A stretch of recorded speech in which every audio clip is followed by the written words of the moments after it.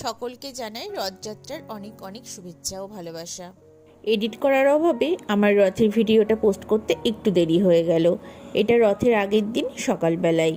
প্রত্যেক বছরই এই রথের আগের দিন বাচ্চাদের সাথে নিয়ে রথটাকে সাজানো গোছানো রং করা এই কাজগুলো করে থাকি। সকালে জলখাবারে হয়েছিল সিদ্ধ ভাত। খাওয়া দাওয়া করে আমরা ওপরে গেলাম ওই রথটাকে রং করব বলে। এবছর ছোট রথটার সাথে সাথে দাদা একটা বড় রথও বানিয়ে দিয়েছে। পুরো রথটাই কাঠ দিয়ে বানানো হয়েছে, আর কাঠের এই জয়েন্টগুলোকে দাদা পুঁটি দিয়ে বন্ধ করে দিচ্ছিল যাতে কোনো রকম ফাঁকা অংশ না থাকে। বাড়িতে যেহেতু এখন রঙের কাজ চলছে, তো তুলি রং কোনো কিছুরই অভাব হয়নি। অন্য বছরে রথটা যেহেতু ছোট ছিল, সেই জন্য আমরা ফেব্রিক দিয়ে রং করতাম। তো এবছরে দেখলাম ওই বাড়ির রঙগুলোকে কাজে লেগে যাবে। যদিও এই রঙগুলো এক্সট্রা বেঁচে গেছে। এই যে বিকেলবেলায় রথ সাজানো, পুজো সবকিছু কমপ্লিট। ভাই বোনরা মিলে রথ টানবে, আর আমি আর দিদিভাই একটু পিছন পিছন গিয়ে ওদেরকে সঙ্গ দেব। রাস্তার এত বাজে অবস্থা, কোনোভাবেই বেরোতে ইচ্ছা করছিল না।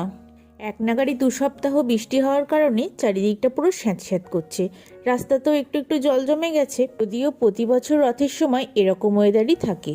আমাদের নবদ্বীপে এই রথযাত্রা খুব ধুমধাম করে পালন করা হয়। সকাল থেকে এইরকম বড় বড় রথ একটার পর একটা চলেই যাচ্ছে। কোনোটা কাঠের, কোনোটা বাঁশের, কোনোটা লোহার, আবার কোনোটা পিতলের। আর এখানে দাদাভাই যাচ্ছে বড় রথটাকে নিয়ে, আর ছোট রথটাকে নিয়ে যাচ্ছে শ্রীহানবাবু, আর দিদিয়া মাঝে একটু একটু ঘন্টা বাজাচ্ছে। রথ যাচ্ছিল অঞ্জুর বাড়ির সামনে দিয়ে, অঞ্জু ছুটে নেমে আসলো সেটা দেখে। এবার আমরা ওই রাস্তা দিয়ে ঘুরে ঘুরে অন্য রাস্তা দিয়ে বাড়ি যাব। আজ থেকে 3 বছর আগে ছোট্ট শ্রীহানবাবুকে নিয়ে আমি 6 মাস বয়সে নবদ্বীপের বাড়িতে এসেছিলাম প্রথমবার। তখনই বাবা ওদের 3 ভাই বোনের নাম দিয়েছিল জগন্নাথ, বলরাম, সুভদ্রা। দাদা এখানে জিলাপি এনেছে, আর পাঁপড়গুলো এত বড় করে ভাজা হয়েছে মনে হচ্ছে তালপাতার পাখা। শ্রীহানবাবু একটা পাঁপড়েই তার মুখটা পুরো ঢেকে ফেলেছে। এইভাবেই মজা করে সন্ধ্যাবেলাটা কেটে গেল। আর আজকে যেহেতু রথ, তাই সেই উপলক্ষে আজকে বাড়িতে রাতের বেলা রান্না হয়েছিল চিকেন আর পোলাও।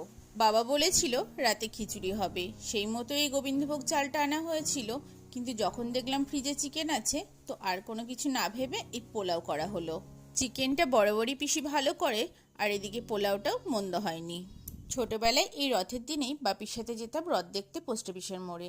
সেখান থেকে জিলাপি, পাঁপড় ভাজা এসব তো কিনে আনতামই, আর সাথে করে প্রচুর মাটির পুতুল, ওই আম, কাঁঠাল, কলা এইসব। আর বিয়ের পরে নবদ্বীপ আসার পর থেকে রথ দেখতে যাওয়া হয় না বললেই চলে, কারণ বাড়ির সামনে দিয়ে এত রথ যায়, সেগুলো দেখলেই হয়ে যায়।